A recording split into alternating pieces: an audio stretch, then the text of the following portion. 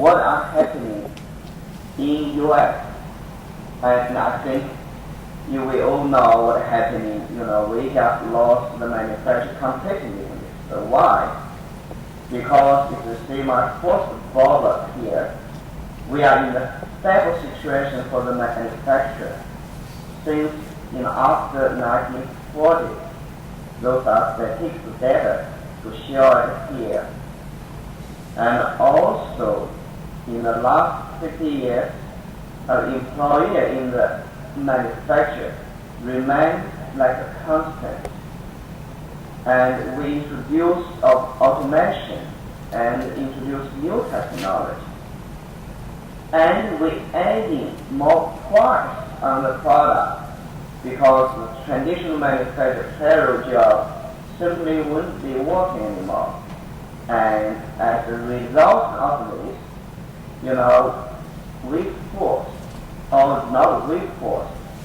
the large manufacturing companies have to looking for the alternative to make the product to meet the fast place, fast resource, and fast the profit.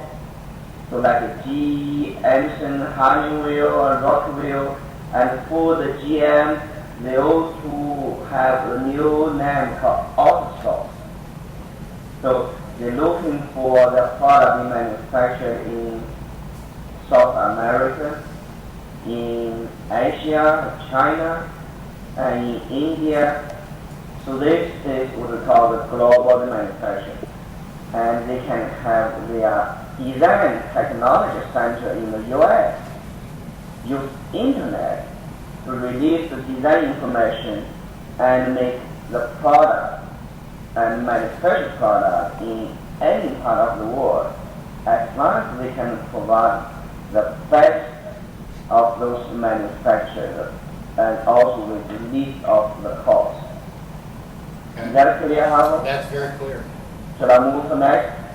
Yeah, makes me want to invest in global manufacturing. Then what happened in China? Of course, the continually increase in manufacturability and significant cost advantage. How many time are left? How much time? Got about, how much, 15 minutes? Tony, how much time? 15 minutes. Okay, I think I can finish in about 5 minutes. We'll have discussion. Good. Okay, questions. And cost advantage, beyond not just the labor cost, also the material cost, the resource cost, good repeatable quality. Of course, the debate is how good of the quality. And it's worldwide marketing share. For example, 50% of the camera, 30% of air conditioner, television, 25% of washing machine, 20% of refrigerator. One product Chinese company makes 40% of all microwaves sold in the Europe. The city of Wenzhou, that's in south part of China, and eastern south part of China, produces 70% of the world's metal cigarette lights. There's many data. Walmart pays 18 billion from China import provided directly to U.S. customers. So those are what is those China, just in terms of China manufacture provided to U.S. and to the world. Okay. The next slide. Before I can continue. So what is the cost of the China symbol? That I take those information from the latest one report. I think it's automation. Someone talk about what is China challenge. So I think it's very meaningful. So I put it here. Okay. What is the cost we pay? Huge U.S. trade ticket because we don't have manufacturing.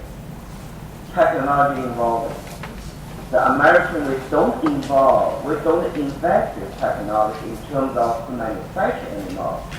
But on the other side, China aiding of state-of-the-art capability, of capacity in cars, in the special metals, and in the microchips, and even computers. For example, IBM laptop is not manufactured in US anymore. It's in China because they sold all the laptops, the gamers, and to China. And importantly, the number of Chinese engineers is increased at about 350,000 every year. But in the US, we don't have that many of engineers. Then the students who like to pursue the business, multimedia area, others. It's nothing wrong, but we just don't have that many engineers to meet our demand. So that is one, very important. And the last bullet I put here is innovation. Because it's not demand, it's not innovation. But in China, it's from the recent survey that China, 54% of Chinese companies started innovation as one of their top objectives, but it was only 26% of the US and the public did. So Chinese companies spend more time or more on the work training because they try to adopt new technology. And as a result, and they produce the new companies, all these new companies. Right? And for example, 91% of US plants are more than a decade ago, so they are older. But 54% of China, so that means another 46 are new. So that a lot of Chinese companies are new.